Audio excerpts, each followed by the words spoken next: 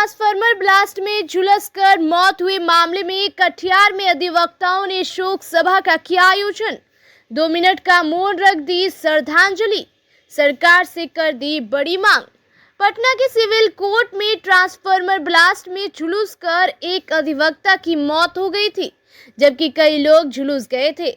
कटिहार के civil court में मृत अधिवक्ता की मौत पर शोक सभा का आयोजन किया गया, जहां वकीलों ने 2 मिनट का मौन रखकर उन्हें श्रद्धांजलि दी।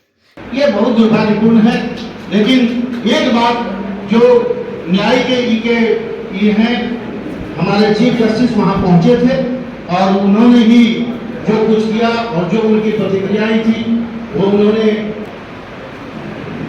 तो हम मानकर ₹1,00,000 मुआवजा मृत अधिवक्ता, अब इससे ज्यादा हम लोग कुछ नहीं कर सकते। हम लोग 2 मिनट का मौन रखना है।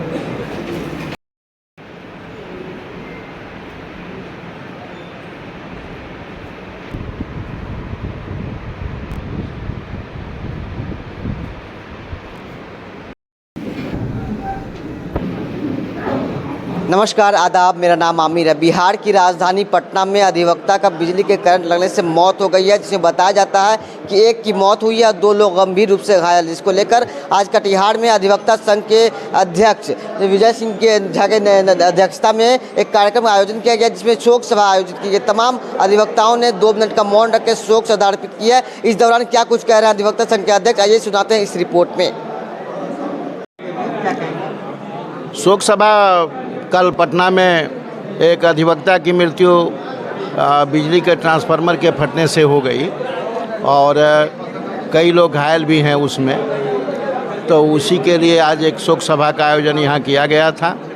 और शोक सभा के माध्यम से ही हम लोगों ने राज्य सरकार से मांग की है कि पीड़ित अधिवक्ता के परिवार को अविलंब 25 लाख रुपया मुहैया कराया जाए।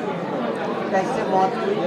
वो उसमें तो मौत तो उनका स्पॉट डेथ हो गया और 3 लोग तो घायल थे, जिनको कि ले जाया गया इलाज के लिए, लेकिन उनकी भी स्थिति गंभीर है और भी कई लोग माने गंभीर रूप से घायल हैं। कहाँ के रहने वाले?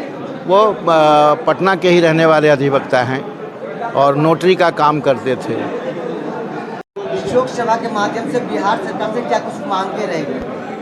हम लोगों ने बिहार सरकार से 25 लाख रुपये मुआवजा की मांग किया है, क्योंकि यह स्पष्ट रूप से बिहार सरकार की लापरवाही और विद्युत विभाग की लापरवाही देखी जा रही है।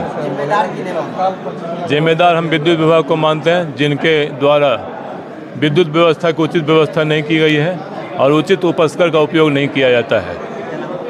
रमेश जायसवाल। कटिहार कोर्ट के वरिष्ठ अधिवक्ता संजय सिंह ने सरकार से मृत अधिवक्ता के परिजनों को मुआवजा देने की मांग की। साथ ही साथ कहा कि बिहार में अधिवक्ताओं के बैठने के लिए कोर्ट में कोई मुकम्मल जगह नहीं होती। अधिवक्ता पेड़ के नीचे या अन्य किसी तरह से बैठने की व्यवस्था करते हैं। सरकार को उनके बैठने की उचित व्यवस्था देने की मांग की।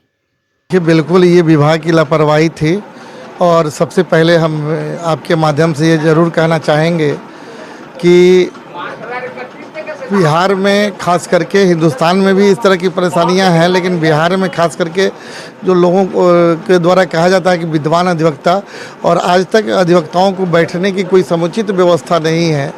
ये बड़ी दुखद घटना है। लोग अपने किसी पेड़ के नीचे, कभी पोल के नीचे लोग बैठते हैं और इसी तरह से किसी न किसी तरह से जान गंवाते हैं।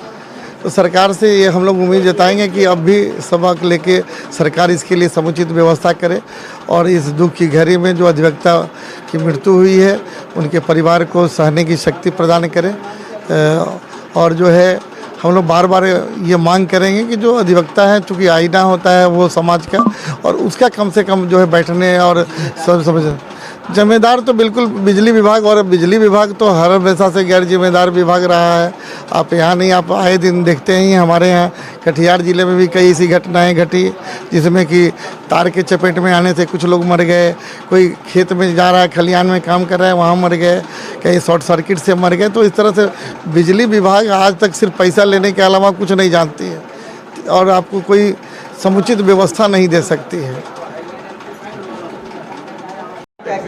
क्या कुछ मांगे रहे? देखिए, कल सिविल कोर्ट पटना में एक अधिवक्ता की मृत्यु हुई है और 3 अधिवक्ता गंभीर रूप से घायल हैं। उसके लिए हम लोगों ने शोक सभा का आयोजन किया गया था। इस शोक सभा के माध्यम से बिहार सरकार से मांग करते हैं कि हमारे सचिव महोदय और अध्यक्ष महोदय ने जो 25 लाख रुपया का मांग किया, तत्काल बिहार सरकार उसको दे और उस क्षेत्र के जो भी पदाधिकारी हैं बिजली विभाग के, उसके खिलाफ सख्त कानूनी कार्रवाई हो। ये भी हम लोग का मांग है, ताकि आइंदा कहीं भी ट्रांसफार्मर से ऐसी दोबारा कोई घटना पुनरावृत्ति न हो। मोहम्मद मंजूर आलम एडवोकेट, कोषाध्यक्ष कटिहार बार एसोसिएशन।